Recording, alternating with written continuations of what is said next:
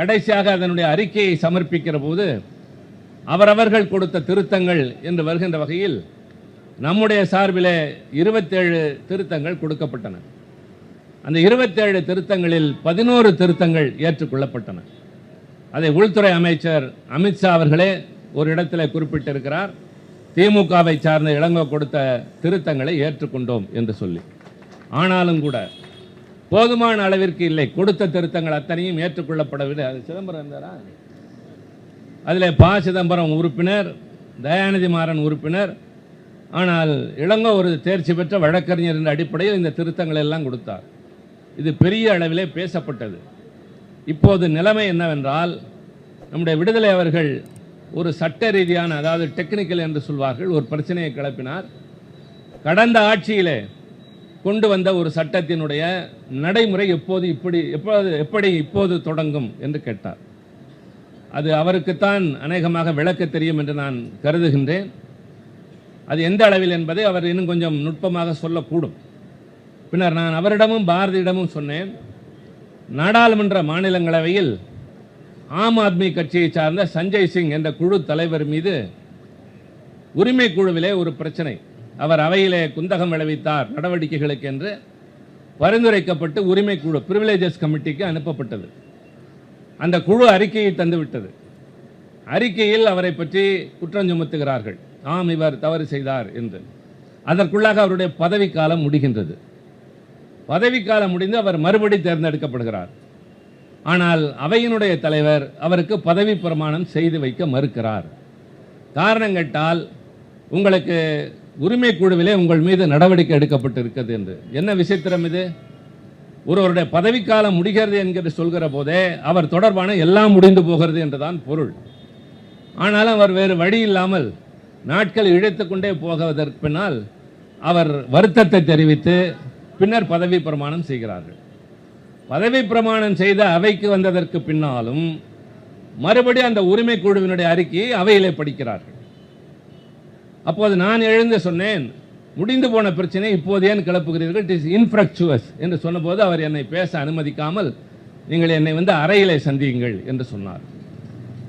நான் அவருடைய அறைக்கு சென்றபோது, நீங்கள் என்ன சொல்லவர்கள் என்று எனக்கு தெரியும், என்ன சொல்ல வேண்டும் இப்போது சொல்லுங்கள் என்றார். நான் அவரிடம் சொன்னேன், நீங்கள் அவையில் தான் ஒரு குற்றத்தை சுட்டிக்காட்டி இருக்கிறீர்கள், அது குறிப்பில் இருக்கிறது, ஊருக்கெல்லாம் தெரிந்து விட்டது. அதற்கேற்ற விளக்கத்தை நான் கேட்பதற்கும் அவையிலே தான் நான் பேசுவேனே தவிர உங்கள் தனி அறையில் பேச நான் தயாராக இல்லை. அப்போதான் நீங்கள் பதில் சொல்வதும் தெரியும், நாங்கள் கேள்வி கேட்டதும் தெரியும் என்றேன். இந்த சாமர்த்தியம் எல்லாம் வேண்டாம், தயவு செய்து சொல்லுங்கள் என்றார். நான் சொல்கிறேன், ஆனால் நான் அவையிலே நாளைக்கு கேட்கத்தான் செய்வேன், நீங்கள் எனக்கு வாய்ப்பு தர வேண்டும். அது எப்படி முடிந்து போன ஒரு உறுப்பினருடைய கடந்த கால பிரச்சனைகள், இவர் முற்றிலும் புதியவர் என்கிற போது எப்படி மீண்டும் நீங்கள் தொடரலாம் என்ற போது, டோன்ட் எம்பாரஸ் மீ என்று தான் கேட்டார். ஐ ரிக்வெஸ்ட் யூ அப்படிதான் கேட்டார். சரி, வேறு வழி இல்லாமல் மரியாதையின் பொருட்டு நான் வந்து விட்டேன். அதைத்தான் நான் திரு விடுதலை அவரிடம் கேட்டேன். முடிந்து போன ஒரு உறுப்பினருடைய பதவி காலத்தில் எடுக்கப்பட்ட நடவடிக்கையை அடுத்த பதவி காலத்திலும் நீட்டித்து கொண்டு போகிற நடைமுறைகளை கடைபிடிக்கிற இந்த நாடாளுமன்றத்தில் கடந்த ஆட்சியிலே கொண்டு வந்ததை இப்போது எப்படி நீங்கள் நடைமுறைப்படுத்தலாம் என்றெல்லாம் எப்படி கேட்கலாம் என்பதை நீங்கள் தான் சொல்ல வேண்டும். ஒருவேளை அது வாதத்திற்குரியதாக இருந்தால் எடுத்துக்கொள்ளலாம். என்ன இளங்கோ நிறைய விவரித்தார், மற்றவர்களும் இங்கே நிரம்ப பேசினார்கள். இந்த சட்டத்திலே ஏற்கனவே இருந்த ஐபிசி சிஆர்பிசியில் இருந்தவைகளை வரிசை மாற்றி போட்டிருக்கிறார்களே தவிர பெரிய அளவில் மாற்றங்கள் இல்லை. செய்த மாற்றங்களும் ஏற்றுக்கொள்ளுகின்ற வகையில் இல்லை.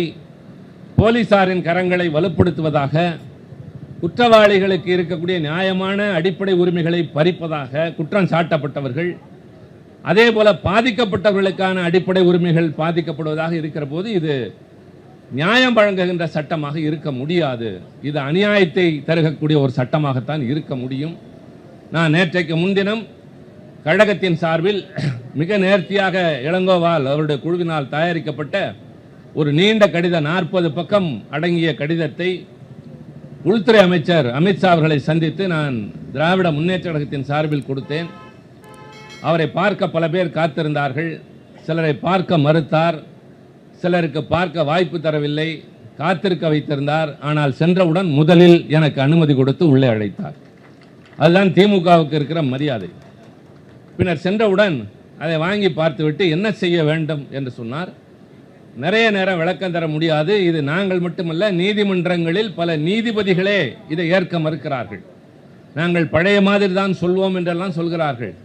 எங்களுடைய கோரிக்கை என்பது இந்த சட்டத்தை மீண்டும் நாடாளுமன்றத்தில் கொண்டு வந்து உரிய திருத்தங்களை மேற்கொண்டு நியாயமாக ஒரு காம்ப்ரஹென்சிவ் லா என்று சொல்லக்கூடிய அளவிற்கு ஒரு சட்டத்தை நீங்கள் நிறைவேற்ற வேண்டும் என்பதுதான் திராவிட முன்னேற்ற கழகத்தின் கோரிக்கை. எங்கள் தலைவர் தமிழக முதல்வரும் கடிதம் எழுதியிருக்கிறார் என்று சொன்னபோது வழக்கம் போல் பார்க்கலாம் என்று சொல்லியிருக்கிறார்கள். ஆனால் பிரச்சனை இத்தோடு முடியாது. அவர்கள் அவ்வளவு சீக்கிரம் எதற்கும் மசிக்கிறவர்கள் இல்லை. சில பேர் கேட்கக்கூடும், இயற்றப்பட்ட சட்டம் ஒன்று, நடைமுறைக்கு வந்துவிட்ட சட்டம் ஒன்று, இனிமேல் எப்படி திரும்ப பெறுவது என்று. நீங்கள் மறந்திருக்க மாட்டீர்கள், 3 வேளாண் சட்டங்கள் இப்படித்தான் நாடாளுமன்றத்தில் நிறைவேற்றப்பட்டன. பலருடைய எதிர்ப்புக்கிடையில் நாங்கள் வைத்த கோரிக்கைகளை, திருத்தங்களை எல்லாம் ஏற்றுக்கொள்ளாமல் அதை கேட்டவர்களெல்லாம் அவையிலிருந்து வெளியேற்றிவிட்டு என்னை மட்டும் வெளியேற்றவில்லை. காரணம், நான் இருந்த இடத்திலிருந்தே போராடி கொண்டிருந்தேன்.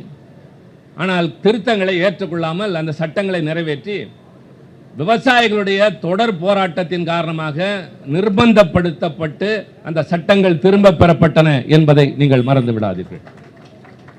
ஆக உங்கள் கருத்திலே தான் அது இருக்கிறது. இந்த நாடாளுமன்றத்தில் இந்த அறிமுகப்படுத்தப்பட்ட மசோதாக்கள் திரும்ப பெறப்பட்டு புதிய மசோதாக்கள் அறிமுகப்படுத்தப்பட்டு அது விவாதிக்கப்பட இருந்த நேரத்தில் தான் மக்களவையிலே 2 பேர் உள்ளே நுழைந்து அவர்கள் ஏதோ ஒன்றை வீசி ஒரு பெரிய கலவரம் ஏற்பட்டதை நீங்கள் எல்லாம் பார்த்திருப்பீர்கள் தொலைக்காட்சியில். உள்ளே நுழைந்தவன் பாதிப்பில்லாத ஒரு புகையை வீசிவிட்டு போயிருந்தான். ஒருவேளை அது நச்சுவாயுவாக இருந்திருந்தால் என்ன ஆகியிருக்கும்? ஆக இது பிரீச் ஆஃப் செக்யூரிட்டி என்றெல்லாம் பேசி யாருமே காதில் எடுத்துக்கொள்ளவில்லை. அது குறித்து உள்துறை அமைச்சர் விளக்கம் தரவில்லை, பிரதமர் கவலை தெரிவிக்கவில்லை, நாடாளுமன்றத்தில் விவாதம் நடத்த அனுமதிக்கவில்லை. தொடர்ந்து போராடிய இந்த காரணத்தினால் 150 உறுப்பினர்களை 2 அவையிலும் சஸ்பெண்ட் செய்த வரலாற்றில் இல்லாத நிகழ்வு அப்போதுதான் நடைபெற்றது. அப்படி எல்லோரையும் சஸ்பெண்ட் செய்துவிட்டு இந்த 3 சட்டங்களையும் அவர்கள் நிறைவேற்றி முடித்தார்கள். அப்படி நிறைவேற்றிய அந்த சட்டம் எதிர்க்கட்சி இல்லாமல் ஆளுங்கட்சியும் ஆளுங்கட்சிக்கு ஆதரவாக உள்ளவர்கள் மட்டுமே இதில் உள்ள பாதகங்களை தெரிந்த போதும் சில பேர் நிர்பந்தத்தின் காரணமாக இதற்கு ஆதரவு தெரிவித்தார்கள். இன்றைக்கு கூட்டணியில் இருக்கிற சில கட்சிகள் கூட நியாயம் பேசக்கூடும் என்று நாம் எதிர்பார்க்கிறோம். ஆனால் அவரவர் மீது வழக்குகள் இருக்கின்றன. எல்லோர் மீது வழக்குகளை தொடுத்து அவர்களை மிரட்டி அடிபணிய வைப்பது இந்த ஆட்சியினுடைய ஒரு இயல்பு, ஒரு பழக்கம். அந்த அடிப்படையில் எது நடக்கிறதோ இல்லையோ நாம் நம்முடைய போராட்டத்தை தொடர்ந்திட வேண்டும். நம்முடைய வடக்கே இருக்கிறவர்கள் இதை ஏற்கிறார்களோ இல்லையோ, நிச்சயமாக தெற்கே இருக்கிறவர்கள் ஏற்பார்கள். நான் இளங்கோ அவர்களையும் அவரோடு இருக்கிற விடுதலை போன்ற மற்ற நண்பர்களையும் கேட்டுக்கொள்வது, குறைந்தபட்சம் தென் மாநிலங்களில் இருக்கிற வழக்கறிஞர்களை ஒன்று சேர்த்தாவது நீங்கள் ஒரு பெரிய போராட்டத்தை நடத்திட வேண்டும். தெற்கு தான் எல்லாவற்றிற்கும் முன்னணியிலே நின்றிருக்கிறது. இந்த தேர்தல் முடிவுகள் கூட அப்படிப்பட்டு தான் நாட்டு மக்களுக்கே உணர்த்தியது.